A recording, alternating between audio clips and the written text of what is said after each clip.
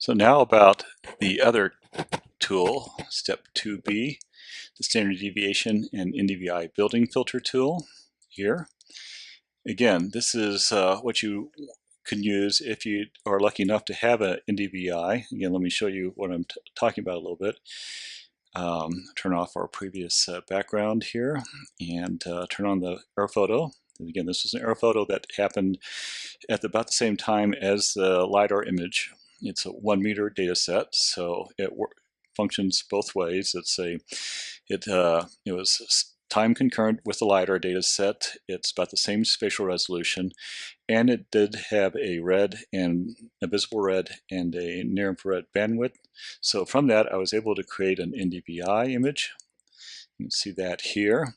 Again, I'm kind of color coded. This usually comes out as a black and white image, but I've color coded it so like low Ndvi values here. Let's see, or 99 in this case. I'll go a little bit more into that. So that's kind of the barren areas, and you get into the more vegetated areas, and they have values of 154. Now, in the guide, I talk a little bit about how I develop Ndvi's personally.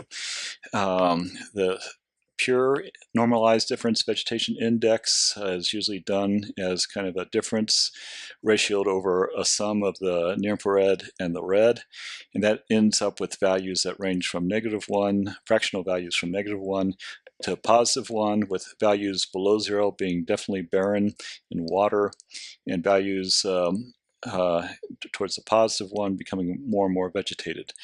Now, I don't like personally having a fractional signed data set there, so I try to get rid of that. And so I add a extra little thing where I add 1 to make it all positive numbers, and then multiply by 100 so I can turn it into an integer image that goes from 0 to 200 essentially, with the value of 100 being the inflection point between barren and vegetative type things. And that just makes for a smaller data set and easier to manage using thematic type operations. But if you have a more traditional Ndvi, theoretically you can use that too. It's just should be able to refer to the numbers as are. So in this case, again, the inflection point here, as I said, is about 100, and this is saying it's got a value of 99, so it's definitely barren. But if I was to go into a more vegetated area here, it has a value of 153, so we're approaching 200, so again, greener and greener and greener. So that's the Ndvi. So because I have an Ndvi, we've added this extra step in the toolbox here, the step 2B, which you can use then. Again, these step 2A and step 2B are not something you do both. You can either do one or the other. The step 2B not only filters the objects based on their Ndvi values, but also on their standard deviation values. So you don't need to go through step 2A if you're going here. So I'll click on this. And again, it's very, very similar to what you saw in step 2A here. Input directory, again, it's wanting you to point out where all the image objects are in the output folder.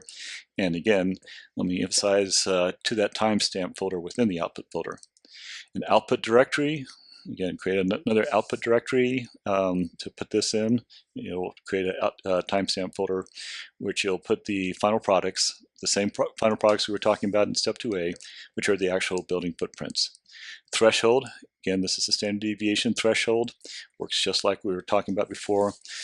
You may want to take a look at the building values and the vegetation values and see if you can find a good standard deviation that helps is a good threshold between vegetated areas and non-vegetated areas.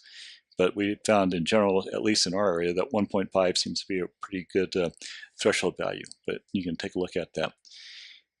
In this case, what we've now added here are a couple other items here. We have the Ndvi file. Again, this points to where the actual image is. It's not a folder in this case. It's actually looking for an image. Again, it's looking for things that are either images or TIFFs, as well as grid files there. And then there's the Ndvi threshold. This is similar to the standard deviation threshold, a value of which above is going to consider vegetation. It's going to turn off. Values below, it's going to consider buildings, and it will keep there. In this case, we're seeing 105. With these air photos seem to work well. we have found that there seems to be an issue, and I think this has to do with a photo-based NDVI versus maybe a more calibrated scanner or some other sensors type of NDVI.